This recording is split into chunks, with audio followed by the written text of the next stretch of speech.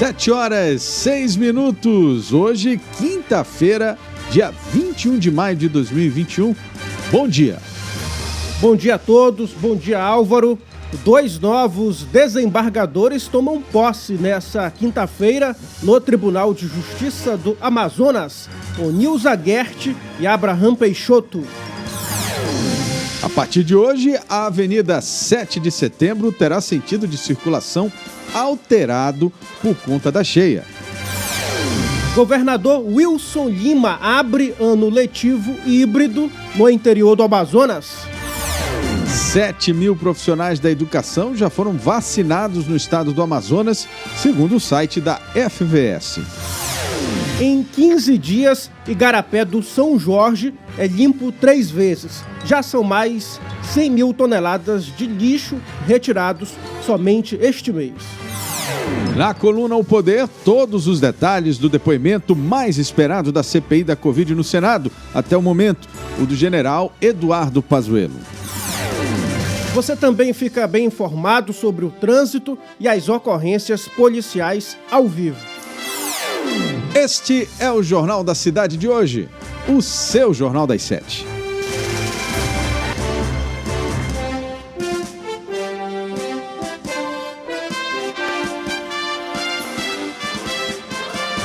As notícias da cidade de Manaus. Polícia, emprego, comunidade, as últimas informações do Brasil e do mundo. Começa agora.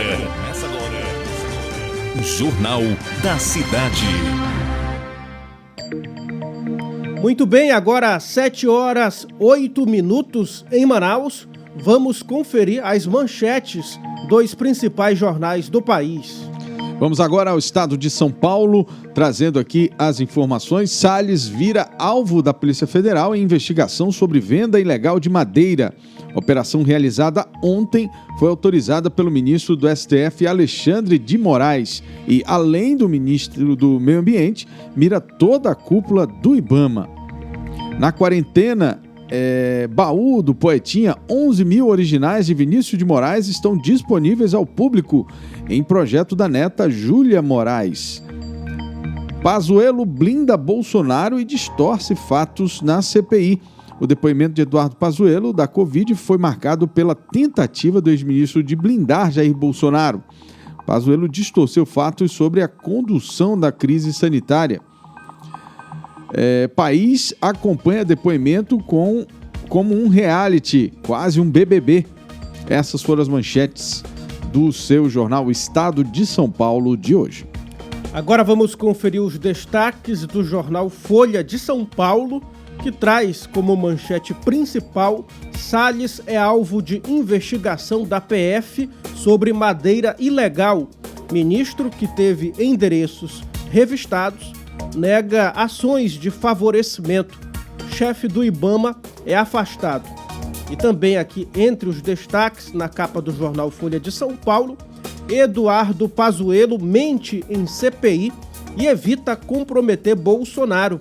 O general Eduardo Pazuello, ex-ministro da Saúde, mentiu ao menos 4 vezes durante seu depoimento no Senado nesta quarta, na tentativa de blindar o presidente Jair Bolsonaro, alvo principal da CPI. E ainda, entre os destaques, aqui na capa do jornal Folha de São Paulo, Câmara aprova texto que visa a venda da Eletrobras. Em Vitória, do ministro Paulo Guedes, a Câmara aprovou ontem texto base da medida provisória que abre caminho para a privatização da Eletrobras. De São Paulo, vamos para Minas Gerais com o jornal Estado de Minas.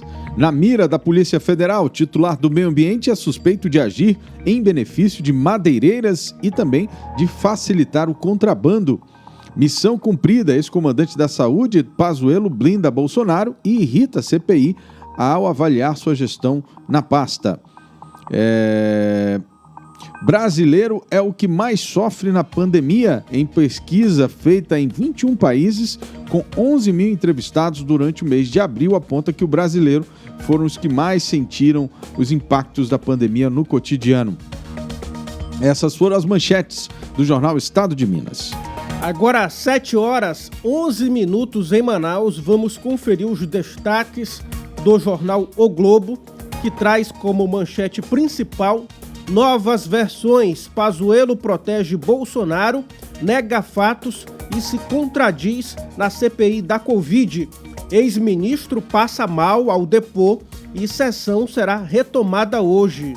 E também aqui entre os destaques, na capa do jornal O Globo, suspeita de contrabando torna Salles alvo da PF. Operação foi exagerada e desnecessária, diz ministro. E também, China vai enviar menos IFA para fazer Coronavac. Em vez de 4.000 litros do ingrediente farmacêutico ativo, a chinesa Sinovac vai enviar ao Butantan 3.000 litros, suficientes para fazer 5 milhões de doses da Coronavac. O insumo chega no dia 26. 7h12. Jornal da Cidade. Só o que importa. Vamos agora do Rio de Janeiro a Brasília. No Correio Brasiliense de hoje, Pazuello sai em defesa de Bolsonaro na CPI da Covid. No depoimento, o ex-ministro da Saúde afirmou que o presidente nunca o pediu para suspender a compra de vacinas. Operação acende sinal vermelho para Salles.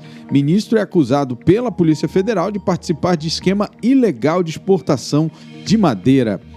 INSS paga 13º de aposentado na terça. Vacinação de professores em Brasília inicia amanhã. Essas foram as manchetes do Correio Brasiliense de hoje. Muito bem, agora vamos conferir os destaques do Jornal 0 Hora, do Rio Grande do Sul. Aumento de contaminações por Covid-19 em vizinhos do RS gera alerta no Piratini. Argentina, Uruguai e Paraná têm crescimento expressivo de casos de infecção nas últimas 2 semanas. E também aqui entre os destaques, na capa do Jornal 0 Hora, a vez do general na CPI. Em depoimento no Senado, o ex-ministro da Saúde, Eduardo Pazuello, buscou afastar o presidente Jair Bolsonaro das polêmicas envolvendo sua gestão na pasta. E ainda, aqui entre os destaques, na capa do Jornal 0 Hora, ministro Ricardo Salles e Ibama são alvos de operação da Polícia Federal. 7h14. Hoje vamos ler o jornal O Correio da Bahia. Óleo de cozinha vira grande vilão na mesa da pandemia. Em um ano, o produto derivado da soja sobe 87%, aponta o DIEESE. Arroz, 80%, carne de boi, 25%, açúcar, 24%, café e leite, 22%. Esses itens puxam a alta da cesta básica. Tem aqui também contradições e desmentidos marcam depoimento de Pazuello à CPI. Ex-ministro passa mal na sessão. Salles na mira da Polícia Federal. Ministro do Meio Ambiente é alvo de operação por favorecer madeireiros. Essas foram as manchetes, então, do Correio, O Correio, jornal O Correio da Bahia. O tempo hoje. A previsão para hoje, de acordo com o Instituto Climatempo, é de sol com algumas nuvens. Chove rápido durante o dia e a noite. Mínima de 23 graus e máxima de 31 graus. Trânsito. Muito bem, vamos então agora direto das ruas da cidade de Manaus. São 7h15 e a gente vai conversar agora com Edila Chaves para trazer para você que está nesse momento se preparando para sair de casa as informações do trânsito da nossa cidade, saber como é que está o trânsito nesta manhã de quinta-feira. Edila, muito bom dia. Bom dia, Álvaro. Bom dia, Tiago. Um bom dia cheio de muita luz e energia para todos, né? Amém. Bom dia, Edila. Bom, a cidade de Manaus, olha, o fluxo está fluindo, viu, gente? O trânsito, apesar de estar intenso, está fluindo. A Avenida de Djalma Batista, onde a nossa equipe passou ainda há pouco tanto sentido bairro centro quanto centro-bairro, a situação está intensa, mas fluindo. Agora, observação, quem realmente vai para o centro de Manaus, atenção, gente, Floriano Peixoto, segundo Pablo Pablito, e também a rua Marquês de Santa Cruz está tomada de água, viu? Então, aquela situação dos motoristas de ônibus passarem pelaquela localidade está horrível, gente. Nossa equipe passou ainda há pouco, mas a Defesa Civil construiu as pontes, né, qual foram solicitadas pelos comerciantes, mas mesmo assim, a água está tão alta que no momento em que os ônibus passam, obviamente ela pega aquele embalo, né, e acaba molhando as pessoas ali. E o odor intenso. Então, para você que vai ao centro, muita atenção naquela localidade. Possivelmente, ainda hoje, o IMMU faça uma modificação do transporte urbano naquele local, viu, gente? Outra situação que estou trazendo a todos, a nossa equipe, inclusive, está indo ao local, ela unifica não somente trânsito, mas como também polícia. Assalto ao ônibus da linha 356. Atenção ali, quem pegou esse ônibus, gente, essas pessoas, os parentes, muita calma nessa hora, a nossa equipe recebeu a denúncia, o esposo de uma vítima ligou para a gente informando essa situação, onde o ônibus da linha 356, quem estiver esperando esse ônibus passando da Torquato, gente, já sabe, não tem essa linha agora, será o próximo, porque o ônibus que estava em percurso sofreu o assalto e está seguindo para o 6º Distrito Integrado de Polícia. Na Avenida Torquato Tapajós, trânsito fluido, mas com uma certa lentidão, pois é muito carro para pouco motorista, é o que eu estou vendo. Atenção, motociclistas, capacete, viu? Fique atento no trânsito. Essas são as informações que estamos levando a todos do site imediato. 7h18, muito obrigado, Edila Chaves, e tá aí as informações do trânsito da cidade para você tá ligado aí no que está acontecendo nessas primeiras horas da manhã de quinta-feira. Trânsito. E agora são 7h19, vamos falar da Covid-19. O Brasil registrou 2.485 mortes por Covid-19 nas últimas 24 horas, totalizando, nesta quarta-feira, 441.864 mortes desde o início da pandemia. Com isso, a média móvel de mortes nos últimos 7 dias chegou a 1.944. Em comparação à média de 14 dias atrás, os dados continuam indicando tendência de estabilidade nos óbitos decorrentes do vírus. O Amazonas registrou 586 novos casos de Covid nesta quarta-feira, totalizando 380.416 casos confirmados desde o início da pandemia. O número de mortes por Covid-19 subiu para 12.893, com mais 14 óbitos confirmados nessa quarta. Dessas mortes, apenas 6 ocorreram nas últimas 24 horas. O Amazonas ainda está na fase laranja, que representa risco moderado para a transmissão da Covid. Então, é sempre bom manter as medidas de proteção. Use máscara, use o álcool em gel, mantenha o distanciamento social, porque só assim a gente consegue fazer com que o estado do Amazonas fique, nesse período, fora da possível terceira onda. O número de mortes, graças a Deus, já está estabilizado aí, mas mesmo assim ainda são vidas que nós estamos perdendo todos os dias. Jornal da Cidade. Muito bem, olha, o presidente Bolsonaro, agora há pouco, informou, a chegada, na noite de ontem, no aeroporto de Viracopos, em Campinas, de mais 629 mil doses da vacina contra a Covid-19 da Pfizer. Esse é o 4º lote de um total de 200 milhões de vacinas contratadas pelo governo brasileiro da farmacêutica. Somadas as 4 remessas, já estamos aí em 2.800.000 doses do imunizante entregues ao Ministério da Saúde. O presidente, inclusive, aqui coloca na sua rede social, agora de manhã, poucos minutos agora, dizendo que a previsão é que mais de 5 milhões de doses da vacina AstraZeneca da Fiocruz sejam entregues no Ministério da Saúde na próxima sexta-feira. Até agora, 34 milhões de doses da AstraZeneca foram entregues à saúde, né, para fazer a aplicação nos brasileiros.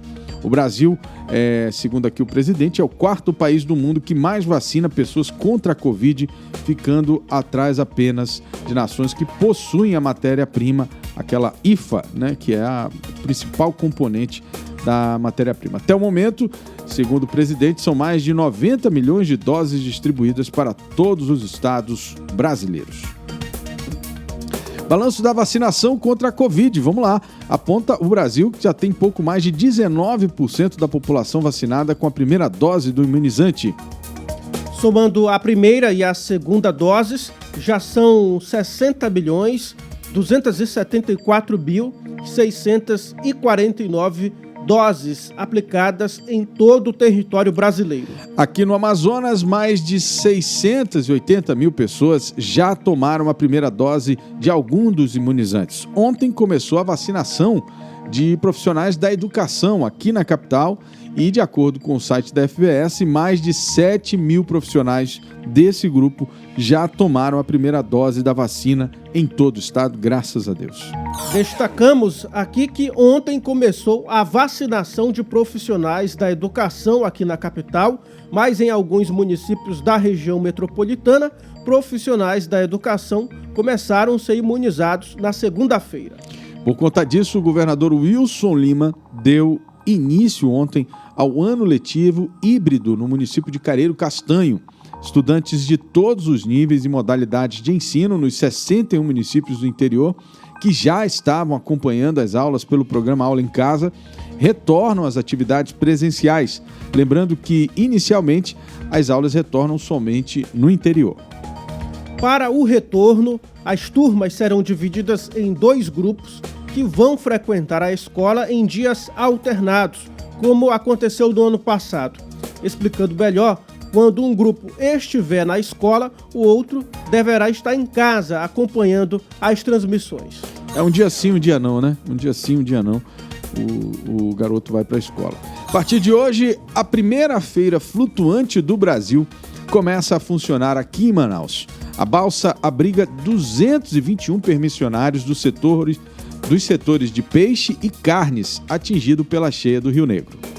Essa feira foi construída em 7 dias pela Prefeitura de Manaus. Nos anos anteriores, os trabalhadores tinham de montar suas barracas na beira da Avenida Lourenço da Silva Braga, nas proximidades. Muito bem, além dos boxes, os permissionários contarão com banheiros químicos e uma rede de tratamento de água para garantir que nenhum dejeto seja lançado no rio. Jornal da Cidade. Muito bem, falando de cheia, vamos agora atualizar a situação do estado do Amazonas. A partir de hoje, a Avenida 7 de Setembro, atenção, no trecho entre a Avenida Eduardo Ribeiro e Getúlio Vargas, vai sofrer alteração a partir do meio-dia de hoje.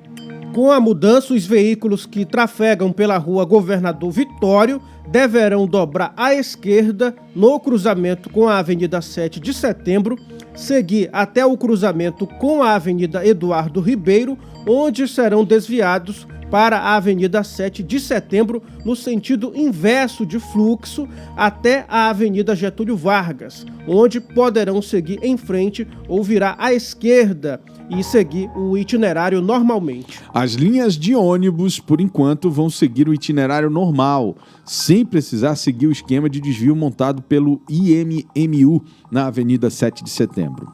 A medição do Rio Negro aponta que hoje o rio está marcando 29 metros e 81 centímetros. Nas últimas 24 horas, subiu 4 centímetros. Faltam apenas 16 centímetros para o Rio Negro alcançar a marca histórica de 2012. Um problema causado pela cheia que afeta inúmeros bairros da capital é o lixo. Falamos aqui ontem que já foram retiradas mais de 1.000 toneladas de lixo de alguns igarapés em apenas este mês. Ontem, a Secretaria Municipal de Limpeza Pública esteve fazendo a limpeza no igarapé do São Jorge e a situação no local é vergonhosa. Vamos acompanhar a fala do subsecretário da pasta, José Rebouças. Bom dia, estamos aqui na Ponte do São Jorge, novamente fazendo a limpeza, onde todo o resíduo que vem percorrendo o igarapé do Mindu fica represado aqui na ponte. É a Prefeitura de Manaus, através da Sembus, fazendo a limpeza desse local. Vem conosco. Olha só. Absurdo, rapaz, a quantidade de lixo. 3 vezes em apenas um mês, né, a Prefeitura tendo que recolher, fazer esse trabalho de coleta de toneladas de lixo. São Jorge, novamente fazendo a limpeza, onde todo o resíduo que vem percorrendo o igarapé do Mindu... Acho que está repetindo aí. É um gasto que poderia ser absurdo, destinado para outras áreas. Né? É absurdo, né? Porque a gente precisa entender, olha só a imagem, né? Isso não é uma imagem que a gente deve ver nos dias de hoje, nas pessoas com o nível de esclarecimento que hoje nós temos, o acesso à informação que a gente tem. Isso não se trata de uma questão de política pública, não precisa o governo ou a prefeitura fazer nada, isso aí é simplesmente as pessoas precisam se conscientizar de que igarapé não é lugar de lixo. Isso eu ouço desde a época que eu era repórter, começando a minha carreira, e isso aí já vão 20 anos. Tinha inclusive um movimento na época com música para o pessoal não jogar lixo no igarapé, ações educativas nas escolas, mas me parece que as pessoas esquecem, né, que isso aí é, no mínimo, falta de educação. Né? Então, não adianta a prefeitura gastar rios de dinheiro para tirar toneladas de lixo se as pessoas não mudarem seus hábitos. Né? Então, é fundamental que você que está nos ouvindo e nos assistindo, você não permita, né, que o seu vizinho e nem você mesmo, você faça isso. Né? Jogar lixo no igarapé não traz nenhum benefício a ninguém, porque esse lixo se transforma nesse problema ambiental, né? As águas ficam poluídas, o lixo fica represado, esse plástico todo que você está vendo aí, ele não se degrada, né? Ele não se dissolve e vai ficando aí, vai estragando a natureza, e sem falar na quantidade de doenças que isso pode trazer, ocasionar para todo mundo nos bairros. Então, assim, é fundamental que você olhe essa imagem e se choque. Né? A gente não pode achar isso normal. Isso tem que ser realmente algo para ser discutido no seio da família e principalmente nas comunidades. Cadê os líderes comunitários, né, que se dizem tão a favor de uma comunidade organizada, de uma comunidade que tenha os seus direitos? É importante que os líderes comunitários também se envolvam nesse trabalho de conscientização para que as pessoas não façam esse tipo de coisa. Eu, inclusive, defendo multa para pessoas que estiverem fazendo esse tipo de atitude, porque isso é um absurdo. Nos dias de hoje, a gente vê uma imagem dessa numa cidade como Manaus, no mínimo, é um absurdo. E só para entender também, esse lixo todo ele vem de outras áreas Sim, da o rio cidade, corre, né? Cortando aí, os igarapés cortando a cidade, né, e seguem esse caminho até as bacias. É importante dizer que isso não é um lixo gerado pelo pessoal que mora no São Jorge, né? Ele está represado aí porque chega na ponte e ele não consegue passar, mas isso vem ao longo do igarapé, cortando vários bairros da cidade. Então, isso é um problema da cidade, isso não é um problema do bairro, é um problema da cidade. As pessoas precisam se conscientizar que isso aí não é atitude de quem tem o mínimo de informação. Hoje em dia, ninguém pode dizer que não sabia e que não sabe os prejuízos que isso causa. A gente precisa ter consciência. Não é consciência ambiental, não. É consciência social já. 7h30. Polícia.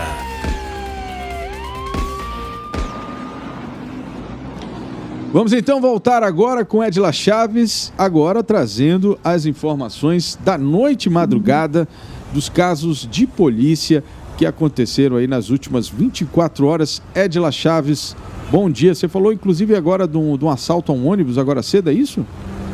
Exatamente, Álvaro. A situação, nós já estamos no 6º Distrito Integrado de Polícia, estamos aguardando a guarnição policial chegar e nos trazer informações precisas sobre o caso. Certo. Agradecendo a quem acompanha o nosso site, né, que sempre nos traz a notícia de primeira mão, 993110060. Lembrando, este número fica diretamente com a nossa equipe de externa, próximo à empresa Videolar, amiga do Fábio Pajóis. 4 assaltantes, todos armados, renderam o motorista e também, lógico, né, os passageiros, e mandaram o motorista seguir para a área do aeroporto. Chegando àquele local, parece que houve a intervenção policial e aí então o resultado está aqui no 6º Distrito Integrado de Polícia, onde a nossa equipe se encontra justamente para trazer detalhes sobre este fato.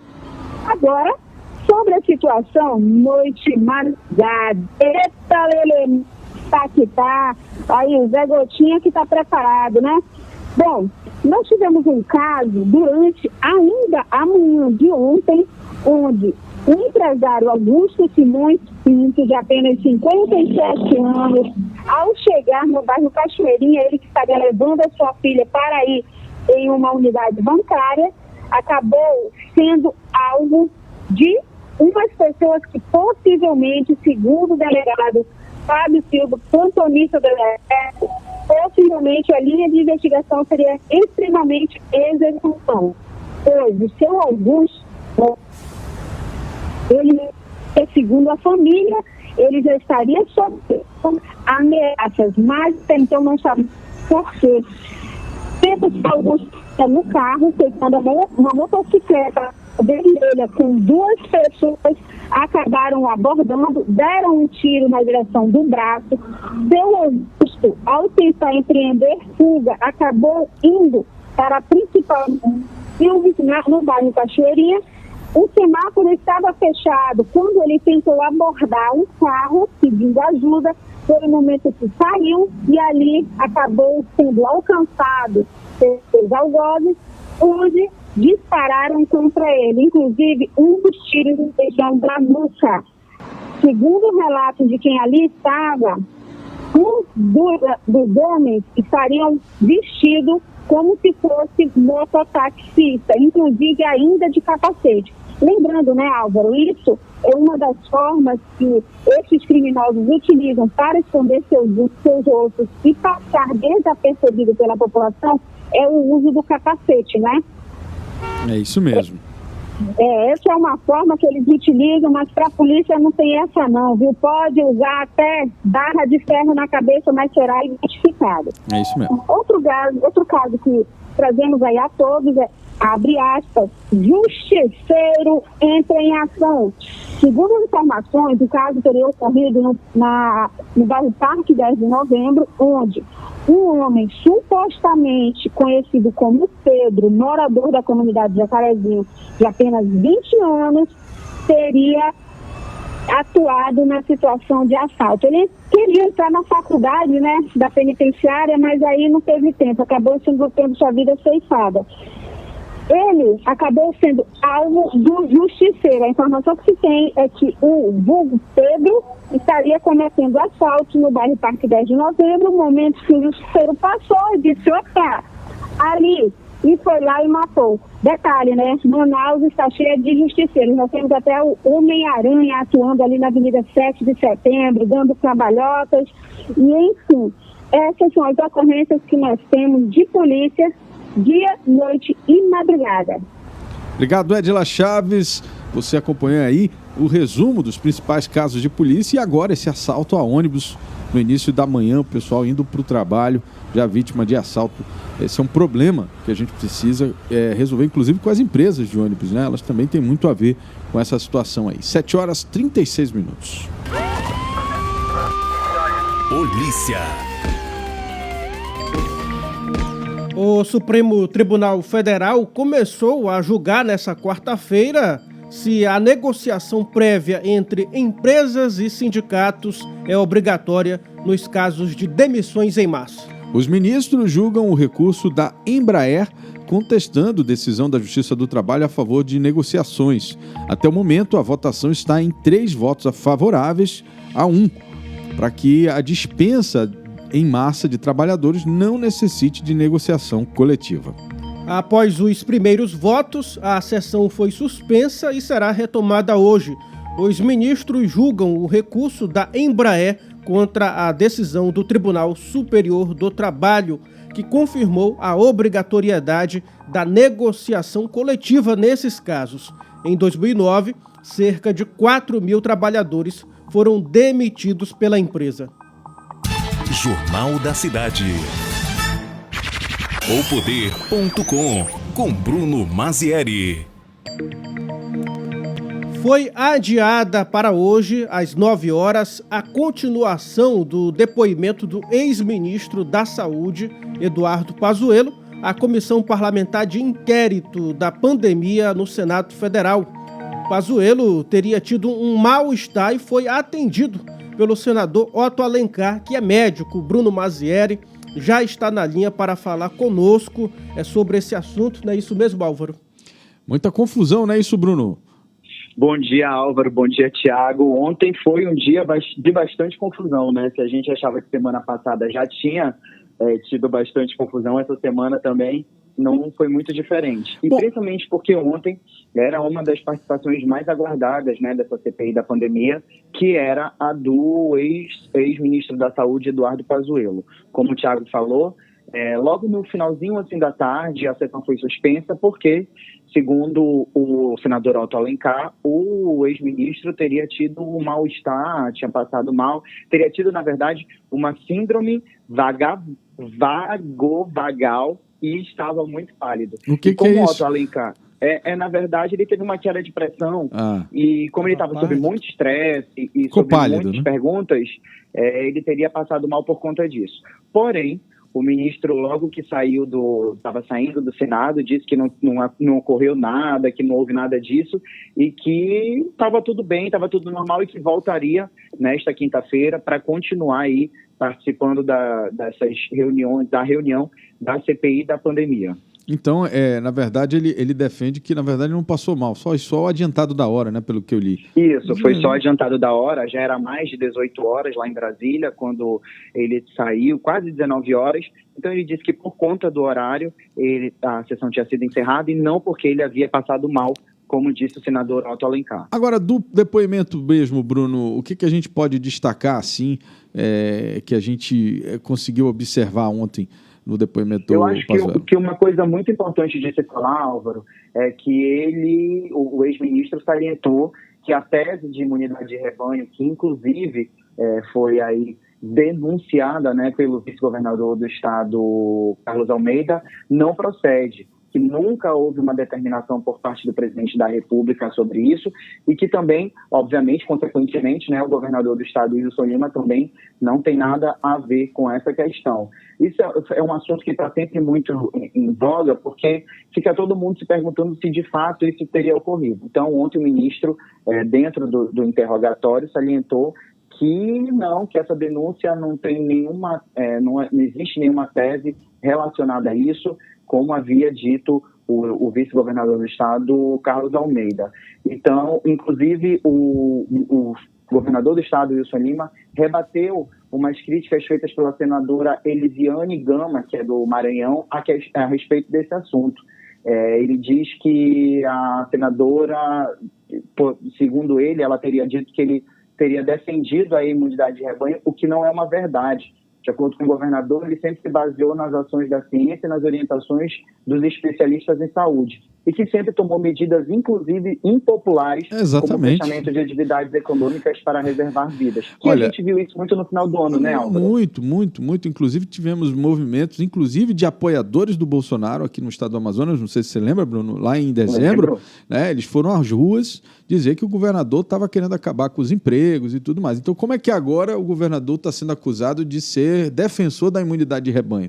Quer dizer, é um negócio meio contraditório, isso a gente falava desde o início, desde quando essa declaração foi feita pelo vice-governador, e eu lembro que nós falamos aqui disso, né, da incoerência desse discurso, né, dessa colocação.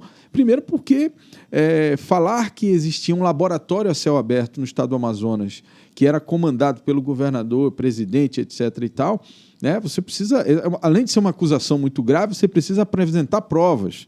O senador Omar Aziz, à época, eu me lembro que, quando foi questionado sobre a possibilidade de levar o vice-governador Carlos Almeida para a CPI para ser ouvido por conta dessa declaração, ele disse categoricamente, olha, ele precisa apresentar provas disso, né? Então, eu acho que ontem se botou uma pedra, né, de vez nessa possibilidade de considerar que o estado do Amazonas tivesse sido feito de laboratório a céu aberto para testar uma possibilidade de imunidade de rebanho, coisa que a gente tem que olhar com muito cuidado, porque a gente vê a força da política querendo empurrar narrativas que não fazem parte da realidade. A realidade aqui foi completamente diferente. Nós tivemos uma crise na falta de oxigênio, isso é verdade, isso inclusive foi tema ontem, né? O Bruno vai falar um pouco sobre isso também. Tivemos problemas de falta de leito, isso também é verdade, né? E agora, dizer que nós fomos alvo de uma experiência científica de imunidade de rebanho e que, por conta disso, aquela crise do oxigênio, a crise da falta disso ou daquilo, a segunda onda teria sido causada por isso, é no mínimo absurdo, né? E ontem ficou claro, mais claro ainda, né, do que já estava, de que não dá para a gente enveredar por esse caminho, porque a gente precisa separar o fato da realidade, o fato dessas colocações políticas, né? Foi um absurdo, e eu acho que é uma declaração até inconsequente por parte do vice-governador, né, Álvaro? Porque claro, a partir do momento que você fala uma coisa dessas e que você brinca, né? Porque isso é brincar com a vida de tantas pessoas que foram ceifadas por conta desse vírus, que é tão devastador. Eu acho que você tem que ter muita responsabilidade naquilo que você está falando. Então, assim, chegou a hora, primeiro que a gente botou uma pedra, acredito eu, nesse assunto, mas chegou a hora, inclusive, de cobrar o vice-governador para que prove essa suposta teoria dele de que o Amazonas seria um laboratório a céu aberto, né? Que nós todos seríamos ratinhos de laboratório. Então está mais do que na hora do vice-governador vir e falar o que de fato ele sabe e mostrar provas sobre esse assunto. Agora, outra coisa que a gente precisa falar também foi ali de um desentendimento, né, Álvaro, entre o senador Eduardo Braga e o ex-ministro Pazuello sobre a questão do oxigênio. Isso. A gente sabe que o ministro deu uma declaração dizendo que só tinha faltado oxigênio 2 dias em Manaus, o que talvez aí a gente precisa rever, porque a gente sabe que não foi tão assim, tão rápido como ele disse, mas uma coisa que a gente precisa levar em consideração é que ontem o senador Eduardo Braga cobrou muito posicionamento a respeito do Ministério da Saúde e a respeito das ações da Secretaria de Saúde do Estado do Amazonas, principalmente no mês ali de janeiro. Mas a gente precisa lembrar também que o senador Eduardo Braga já foi governador do Estado, assim como o senador Omar Aziz. Então a gente precisa fazer pelo menos aí um estudo de que não existe UTI no interior do estado, e se existe agora foi porque o governador Wilson Lima teve que arcar com essa situação por conta do coronavírus, mas que ambos tiveram 8 anos, e aí a gente soma 16, né, porque 8 de um e 8 de outro, são 16 anos, para implementar, para melhorar o sistema de saúde do estado, e não aconteceu. Então é muito fácil agora a gente vir a público e pedir explicações e cobrar, mas a gente precisa lembrar também que ambos já tiveram no governo do estado e não fizeram nada para melhorar a saúde. Então, se o caos se instalou, muito se deve às administrações anteriores. A falta de estrutura, né, da saúde que não se monta num mês, né? Você não consegue montar num mês, se a gente lembrar, e nem em um ano. Obras públicas, elas são extremamente custosas de tempo e de dinheiro. Então, eu acho que é fundamental, viu, Bruno, a gente fazer esse filtro, porque quando a gente vê o senador Eduardo Braga falando com aquela incisão, com aquela veemência, né, cobrando saúde, etc., a gente precisa se debruçar pelo que ele pode ter feito ou não pela saúde do estado do Amazonas no período em que ele esteve governando o estado. O senador Omar Aziz, ele precisa se explicar principalmente em relação a maus caminhos, né? Quer dizer, a sua família inteira foi citada, ele foi citado diversas vezes na investigação. Óbvio, não foi condenado, a investigação durou anos e agora foi voltou para a Justiça Estadual, né? Vai voltar tudo do início. A verdade é que muito se tem a discutir sobre a saúde. Eu defendo uma apuração, pegar aquela CPI que o deputado Péricles fez e vamos expandir. Vamos falar de toda a saúde do estado do Amazonas, como um todo, dos últimos 20 anos. Vamos entender como... Você lembra, Bruno, a gente fez um levantamento no site O Poder dos valores que foram empregados só na saúde de orçamento estadual, fora os convênios, etc., só de orçamento na saúde, são bilhões de reais dos últimos 20 anos, né, que não foram capazes de custear, por exemplo, UTIs no interior do estado. Então a gente precisa olhar isso como um todo, né? Isso não é um problema de hoje, isso é um problema do estado do Amazonas de muito tempo. Então, Álvaro, nessa matéria que você falou, inclusive, foram 28 bilhões em 16 anos. Né? Mas 28 nenhum real desse dinheiro foi investido em UTI, tanto na capital ou no interior do estado, e nem em usinas de oxigênio. Então a gente precisa se lembrar que, né, existe 16 anos atrás também, né, que outras pessoas poderiam ter feito alguma coisa. Não, o que a gente acha, eu acho que o objetivo dessa nossa argumentação aqui é mostrar o seguinte: não tem nenhum santinho, né? Não tem ninguém aqui falando que A, B ou C. Não, todos eles. E assim, a história ela é cruel nesse sentido, porque ela não permite que esses atores, né, da política amazonense sejam esquecidos enquanto estiveram no governo. Então, assim, não adianta agora sentar no banco de uma CPI e tentar, como diz no linguagem popular, né, pagar de bom moço, né? Quer dizer, a gente tem que colocar o pingo nos is e cobrar de todo mundo, né? A sociedade exige a solução e de todos. Todo mundo tem responsabilidade. Wilson Lima, Omar Aziz, Melo, o Davi, Amazonino, o Davi um pouquinho ali, ficou 3 meses, pode ter ali uma parcelinha que poderia ter feito alguma coisa, Amazonino, Gilberto Mestrinho, enfim, todo mundo tem uma parcela de responsabilidade no motivo pelo qual o Amazonas não tinha, por exemplo, uma estrutura. Eu não falo nem da capital, viu, Bruno? Porque aqui a gente tem uma estrutura razoavelmente grande de saúde, no que pese não está funcionando corretamente ainda. Mas no interior é simplesmente absurdo, né?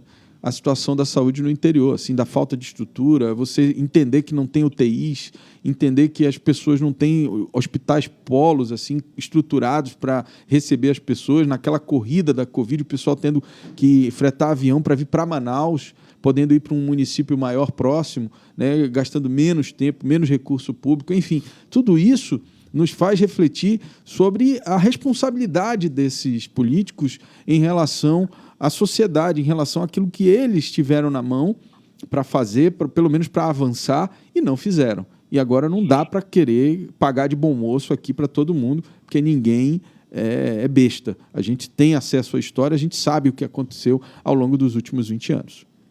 E a nossa memória é de elefante, né, Álvaro? Então, assim, a gente consegue fazer aí Com a internet, então, né, com a transparência em que você pode consultar todos os investimentos ao longo dos últimos anos, com a internet, com o registro histórico de tudo que vem acontecendo, não dá para sentar ali e fingir que está limpinho, que não se sujou, que não tem responsabilidade sobre o que está acontecendo no estado do Amazonas. Não dá realmente para sentar na cadeira da CPI e pagar de paladino da justiça quando você teve a oportunidade de fazer algo e não fez. Porque não adianta você entregar um prédio, uma unidade de saúde e dizer assim, olha, entreguei uma unidade de saúde. Se por dentro ela não está equipada, se não tem profissional, se não tem os insumos necessários para que ele funcione.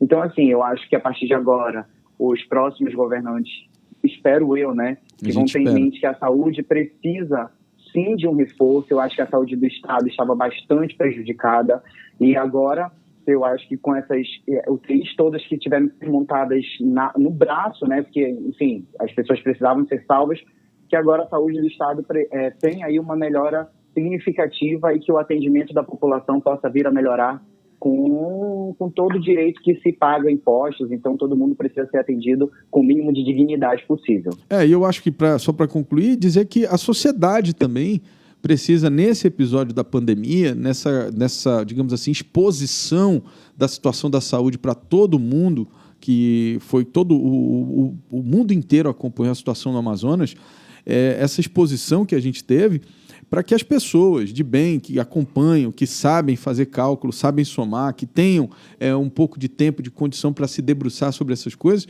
que elas consigam ter o discernimento correto, né, e que a gente possa cobrar dos governantes, sejam eles quem forem, né, uma solução efetiva para as pessoas, né, acabar com essa coisa de ficar acreditando em discurso, né? A gente precisa, vamos fazer tantas UTIs. Não, peraí, meu amigo, faça aqui, mostre, inclua, bote, faça funcionar, né? E não fique só na palavra. A gente precisa também fazer com que a sociedade se envolva um pouco mais. Eu sempre acho que todas essas crises, todos esses debates, essa briga e até mesmo essa polarização nas redes sociais, elas têm um aspecto positivo, que é exatamente esse, né? De você estar debatendo questões, ainda que tenha que ficar esclarecendo aquilo que é verdade ou não, porque acontece, né? É muito excesso, mas que a gente consegue dedicar um pouco de tempo para debater determinados temas. Eu acho que Por muito tempo, Álvaro, a gente falou que política e religião e futebol não se discutia, né? E eu acho que é por isso que o Brasil passa por essa crise inteira, porque por muito tempo a gente não falou de política. Então, quando você fala que essa polarização ela tem um lado benéfico, eu também acredito, porque hoje a gente debate sobre política e é muito importante que a população, que é quem vota, que é quem coloca as pessoas para gerirem tanto o município, o estado ou o país, possam vir a discutir ainda mais sobre política. Agora, sempre com a consciência e deixando o lado cheat de lado, né? Isso. Então a gente precisa aí sempre debater política e eu acho que é muito importante se questionar também. Bruno Mazzieri, muito obrigado. Até amanhã, meu amigo. Obrigado, Álvaro. Até amanhã. Lembrando que hoje tem a posse dos 2 novos desembargadores do Tribunal de Justiça, o juiz Abraham Peixoto e a Onilza Guedes, que agora se tornam desembargadores da Corte Estadual. Então, logo mais você acompanha tudo no site O Poder. Exatamente. Obrigado. Vamos transmitir ao vivo. Até amanhã. Tá certo. Obrigado. 7h53. Opoder.com com Bruno Mazzieri. O secretário de Segurança Pública do Amazonas, Coronel Luzimar Bonates, foi reconduzido em votação por aclamação ao cargo de vice-presidente do Conselho Nacional de Secretários de Segurança Pública. Ele fazia parte da chapa do secretário de Segurança do Tocantins, Cristiano Sampaio, que já ocupava esse cargo de presidente e foi reeleito também.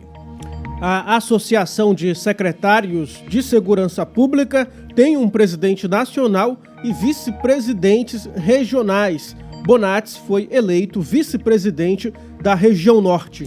Um título, na verdade, muito importante para o secretário e também, obviamente, para o estado do Amazonas, porque a partir daí ele consegue ter uma voz mais ativa nas demandas das secretarias de segurança em nível nacional. Essa é a segunda vez que Bonates é eleito ao cargo.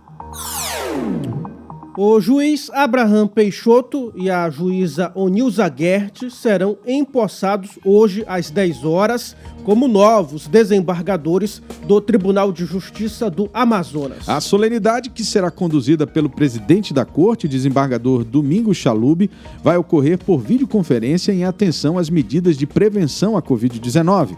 Claro que você vai acompanhar tudo aqui no site Imediato e no site O Poder.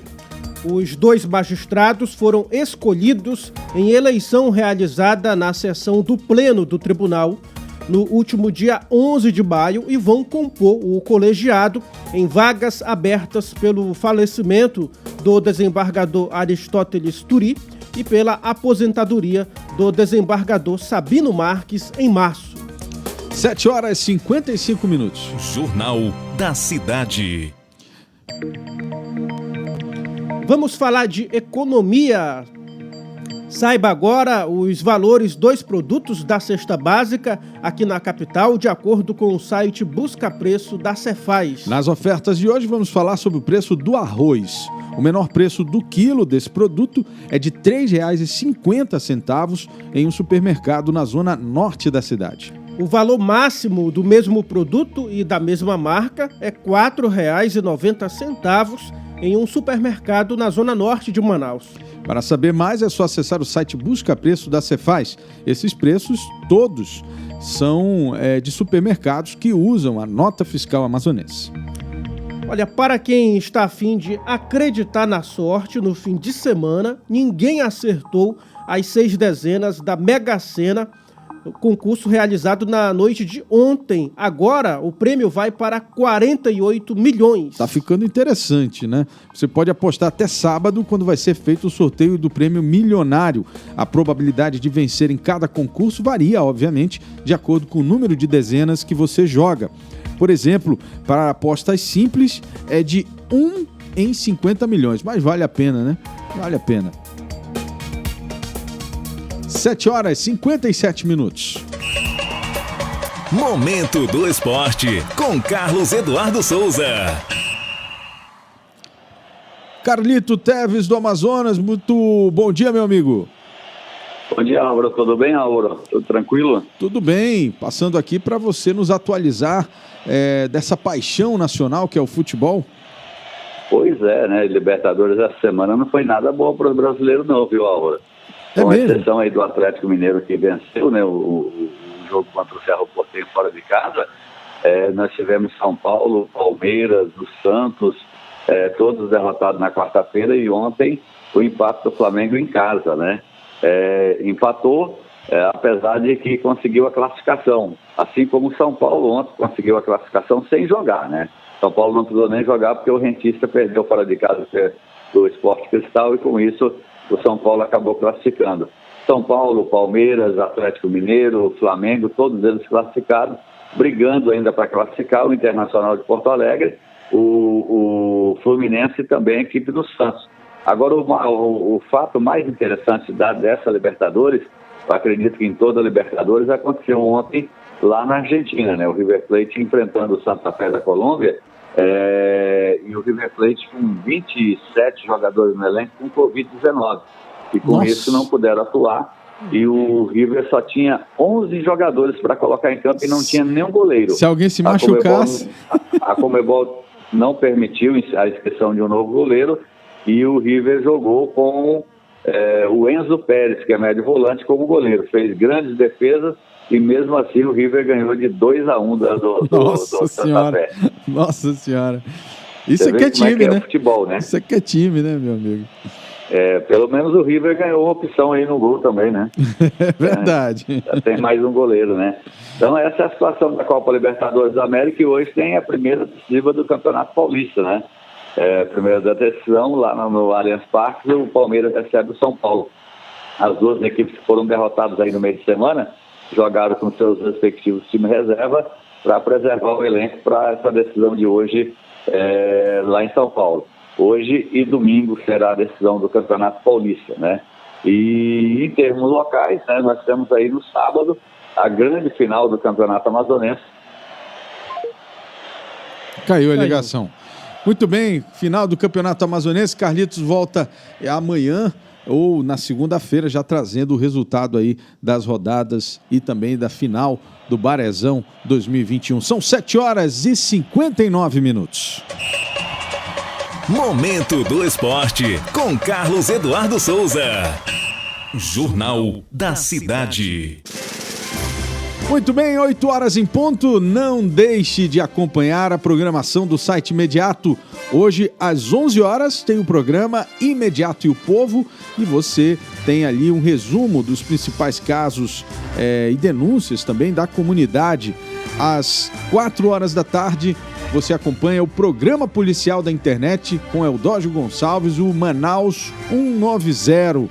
Então, para você acompanhar toda a nossa programação das lives e as nossas transmissões ao vivo ao longo do dia, é só baixar o aplicativo da Rádio ZLZN no Google Play Store, a plataforma de celulares Android. É só colocar ZLZN, que o primeiro app que aparece é o da nossa rádio. É essa imagem que você está vendo aqui na sua tela.